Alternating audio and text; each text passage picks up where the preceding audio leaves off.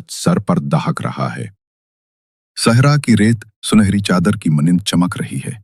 जैन, एक 17 साला बहादुर जंजू, अपने भूरे घोड़े पर बैठा, एक पुराना नक्शा हाथ में थामे, शहजादी लैला की तलाश में पहला कदम रखता है।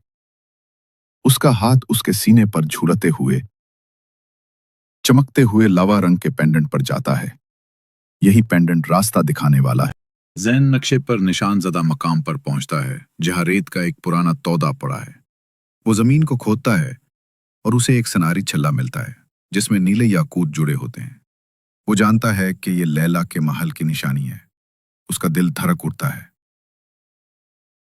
जैन रेत के टीलों के बीच छुपे किला ज़रबा तक पहुंचता है। एक पुरअसरार सुनहरी किला, जिसकी दीवारें पुरानी मगर चमकदार हैं। अंदर दाखिल होते ही दीवारों पर कीमती पत्थर जुड़े होते हैं, नीलम, ज़मरद और सोना।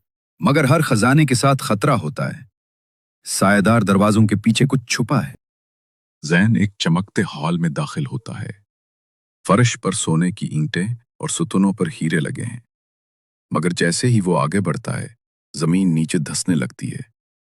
वो छलांग लगाकर बचता है, लेकिन उसे अब समझ आ गया, किला खजाने का नहीं, आजमाइश का मकाम है। हाल के आखिर में एक साया हरकत करता है। एक कवि हैकल जंगजू सियाह ज़र्रा बख्तर पहने जैन के सामने आता है। उसके हाथ में बरकी नीज़ा है। जैन अपनी तलवार निकालता है। किले का पहला दुश्मन जाग चुका है। किले के हाल में जैन और दुश्मन जंजू के दरमियान खौफनाक लड़ाई शुरू होती है। दुश्मन का नीज़ा चिंगारियां निकालता है और जैन की तलवार से चमकते हुए शूले निकलते हैं। दोनों का हर वार किले की दीवारों को लर्जा देता है। जैन आखिरकार एक चालाक वार से दुश्मन का हथियार गिरा देता है। दुश्मन को शिकस्त देने के बाद जैन को एक खफिया दरवाजा नजर आता है, जो जमीन में नीचे खुलता है।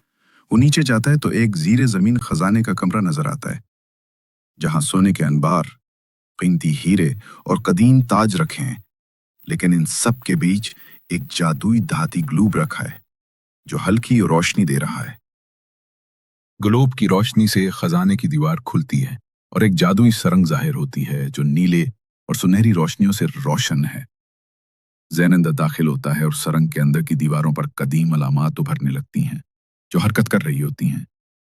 वो कदम कदम पर महसूस करता है कि ये सरंग जादू से भरी है। सरंग के दरमियान एक आईना जैसी जादुई दीवार से जैन गुजरता है और अचानक उसे लैला की झलक दिखाई देती है। वो कैद में है, मगर उसकी आंखें अब भी चमक रही हैं।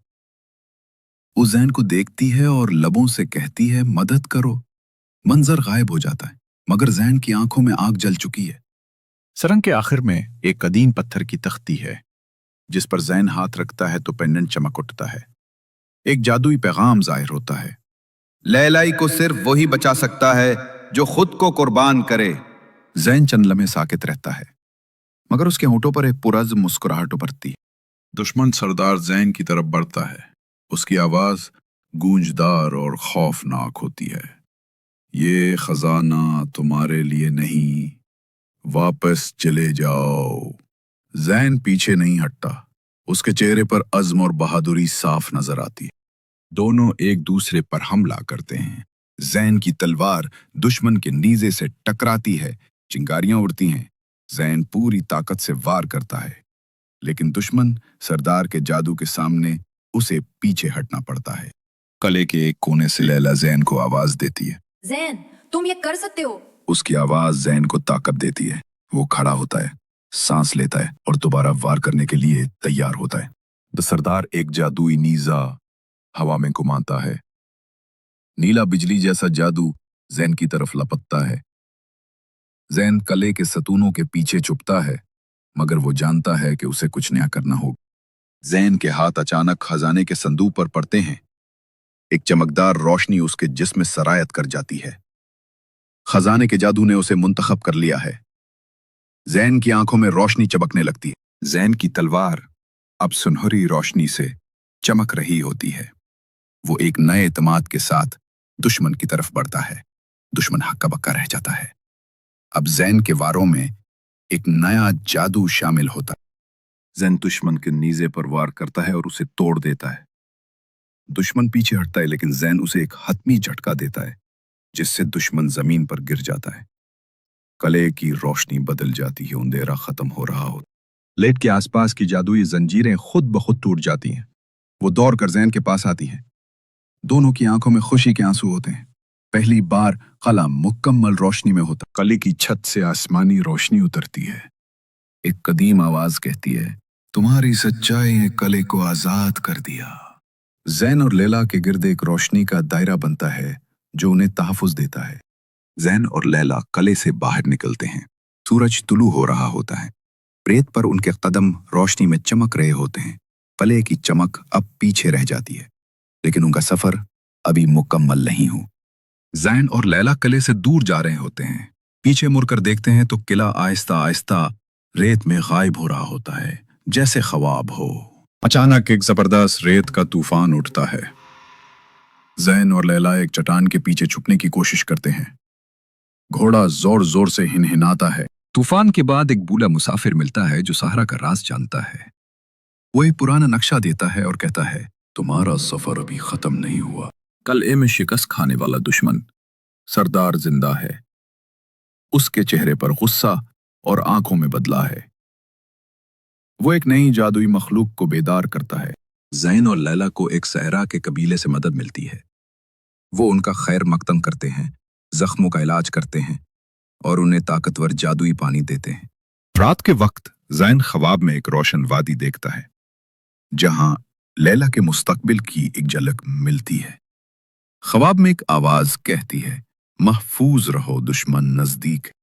صبح کو صحرا کی مخلوق ان پر حملہ کرتی ہے۔ ریت کے اندر چھپے بڑے سانپ۔ زین اپنی چمکتی تلوار سے انہیں روکتا ہے۔ لیلا جادوئی الفاظ پڑھتی ہے جو قبیلے نے سکھائے تھے۔ زین اور لیلا سارا کے بیچ ایک جادوئی کنواں ڈھونڈتے ہیں۔ پانی نیلے رنگ میں چمکتا ہے اور جو اسے پیتا ہے اس کی یادداشتیں واپس آتی ہیں۔ لیلا کو اپنی ایک بھولی یاد واپس آتی ہے، قید کا راز۔ لیلا بتاتی ہے کہ دشمن سردار نے اسے پلے میں رکھا کیونکہ وہ جانتا تھا وہ صحرا کی اصلی وارث ہے۔ اسے واپس جانا ہوگا رہنمائی کے لیے۔ دشمن سردار اپنی نئی مخلوق کے ساتھ زین و لیلا کے تعاقب میں نکلتا ہے۔ اس کی آنکھوں میں اب انسانیت باقی نہیں، صرف انتقام۔ زین اور لیلا قلعے سے نکلنے کے بعد ایک زیر زمین طلسمی سرن میں داخل ہوتے ہیں۔ وہاں دیواروں پر سونے کی چمکتی علامات ہیں جو خود بے خود روشن ہوتی ہیں جب زین قریب آتا ہے۔ ایک زخمی دشمن جو پہلے قلعے میں بچ گیا تھا، زیر زمین راستے میں رکاوٹ بنتا ہے۔ وہ لیلا کو دوبارہ پکڑنے کی کوشش کرتا ہے۔ زین اور دشمن کے درمیان آخری تلوار بازی ہوتی ہے۔ زین دشمن کو شکست دیتا ہے مگر اسے قتل نہیں کرتا۔ زین، لیلا اور ان کا گھوڑا صحرا میں آخری رات گزارتے ہیں۔ آسمان پر ستارے جلملا رہے ہیں اور زین دل ہی دل میں شکر ادا کرتا ہے۔ صبح کے وقت وہ واپس اپنے قبیلے کی طرف روانہ ہوتے ہیں۔ صحرا اب روشن اور دوستانہ لگتا ہے۔ سبسکرائب۔ زین اور لیلا قبیلے میں داخل ہوتے ہیں۔ لوگ خوشی سے نعرے لگاتے ہیں۔ زین کو ایک ہیرو کی طرح خوش آمدید کہا جاتا ہے۔ قبیلے میں ایک بڑی محفل ہوتی ہے۔ موسیقی، رقص اور روشنیوں سے ماحول جگمگا رہا ہے۔ قبیلے کے بزرگ زین کو نیا رہنما بنانے کا فیصلہ کرتے ہیں۔